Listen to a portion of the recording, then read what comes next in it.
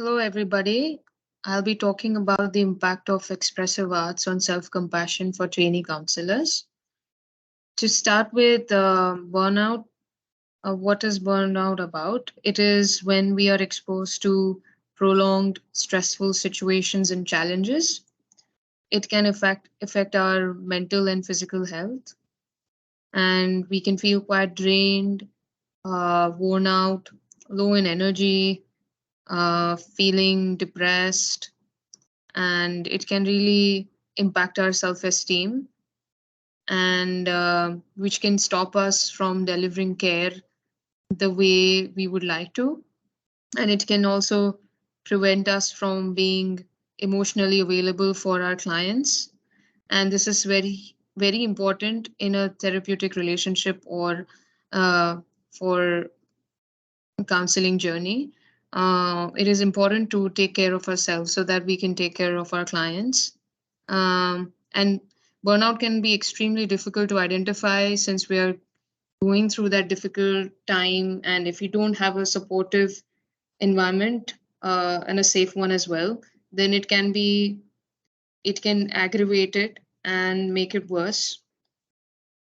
COVID-19 has definitely impacted us negatively because it has changed the way we would like to relate or socially interact, and it has created those barriers for us, and that is why it can be much more self isolating and difficult to socially interact and feel connected the way we did earlier. So for healthcare professionals, COVID-19 has been extremely difficult and challenging to navigate. And in terms of how do we take care of ourselves when we are going to be taking care of somebody who's going through a very difficult and a painful experience. And I would like to bring in compassion here because it can be quite powerful tool for us to develop more kindness to ourselves so that we can provide that kind of kindness to others. So coming to the definition, what is compassion? This is a definition given by Kristen Neff. So it is about extending kindness and understanding towards oneself without highly criticizing ourselves and imposing those judgments on us. Seeing our experiences as part of a larger human experience, and not removing ourselves and isolating ourselves. Third one is holding one's painful experiences, which is our thoughts, our feelings, and our behavior in a balanced awareness and without overly identifying with them.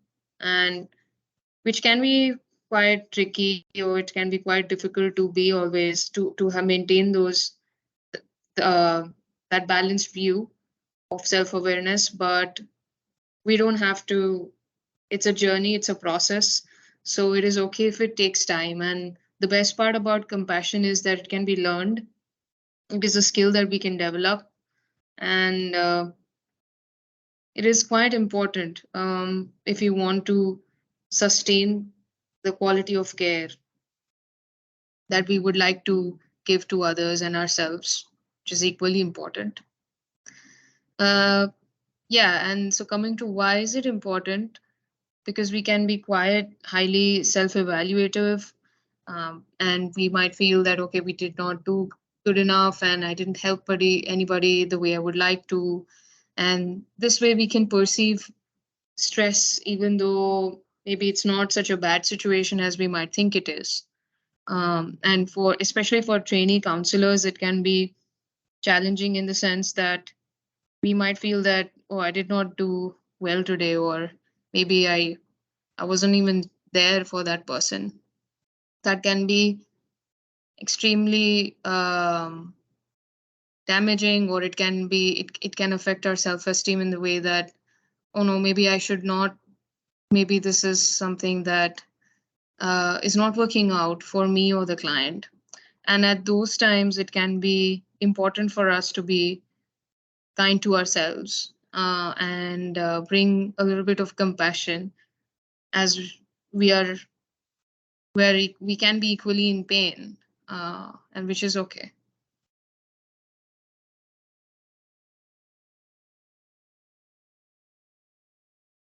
Like I said, we can learn to be compassionate. It is a skill that needs to be learned.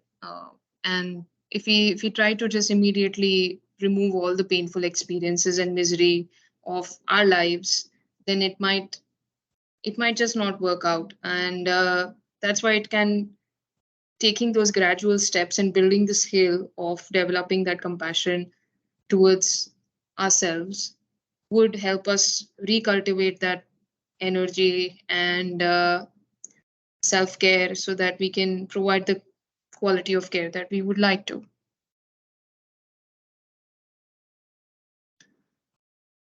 For the study, we used a self compassion scale questionnaire, which is a self reported measure, and it has 6 subscales, which tries to see where we stand on when it comes to self kindness, self judgment, common humanity, isolation, mindfulness, and over identification.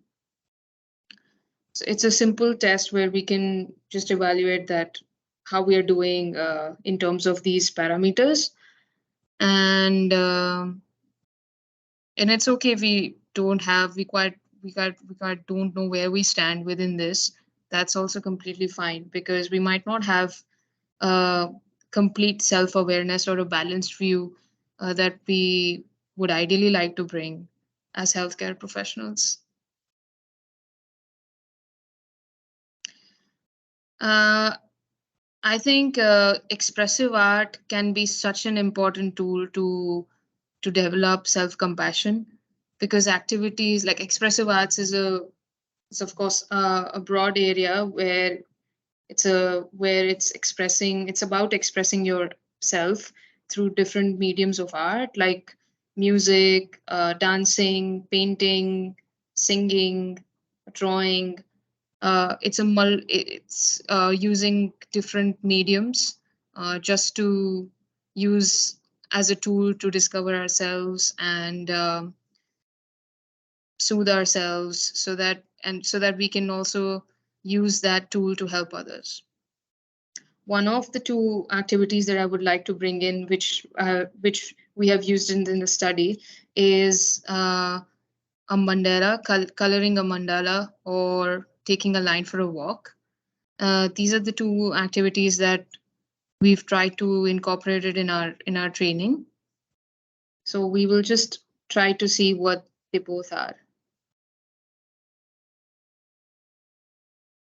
A mandala activity, it looks like that. It is a geometrical pattern, and we can color it the way we would like to. We don't have to particularly color it without messing it up. Research finds out that coloring a mandala or creating patterns in a circle can help us decrease our inner chaos. It can reduce anxiety, alleviate stress, and improves mood.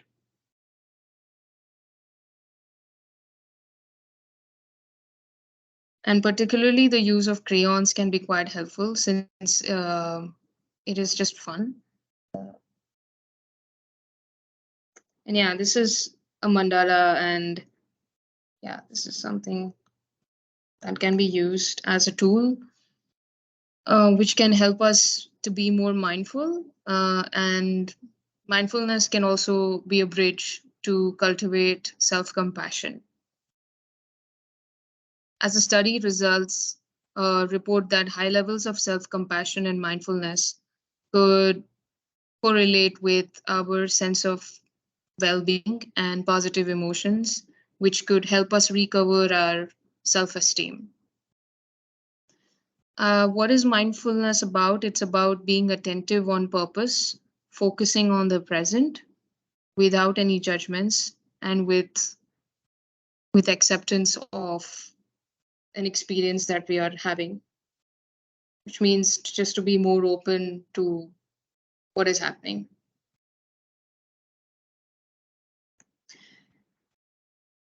The second activity is called taking a line for a walk.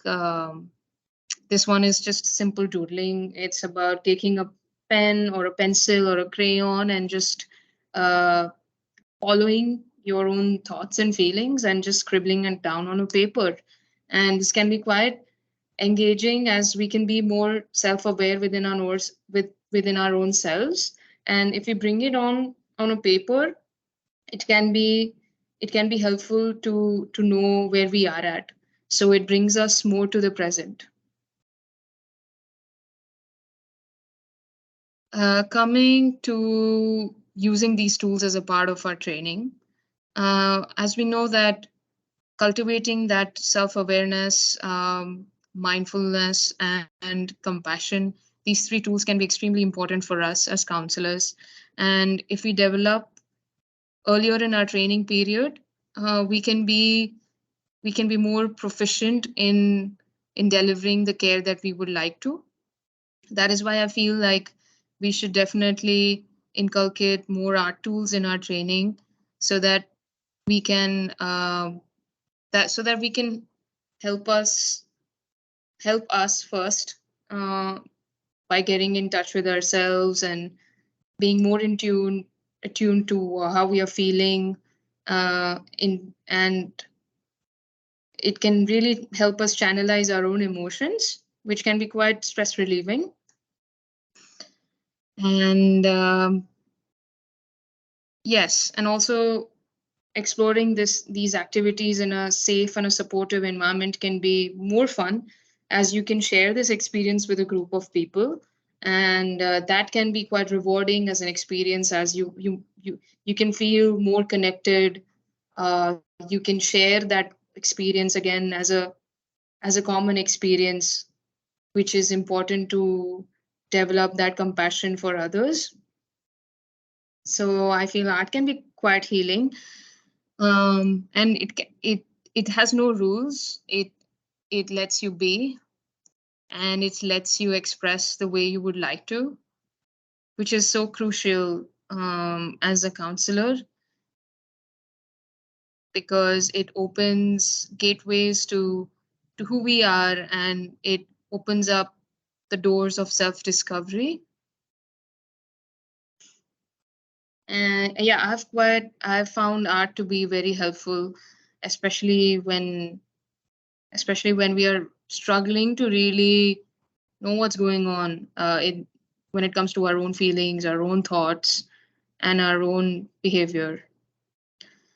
So in those challenging, stressful times, art can be a uh, very non-critical or a non-judgmental space for us, where we can have that for ourselves, so that we can give that to others as well.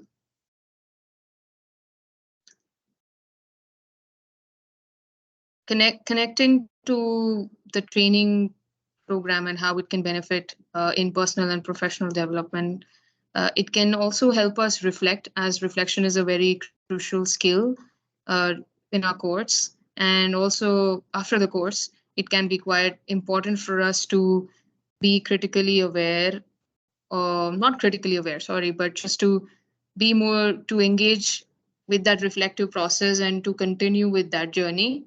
And in that direction, art can be a facilitative tool, which can help us build that skill of being more mindful, and which can be a connective tool towards building self-compassion. Thank you for listening to my presentation and enjoy the rest of the conference.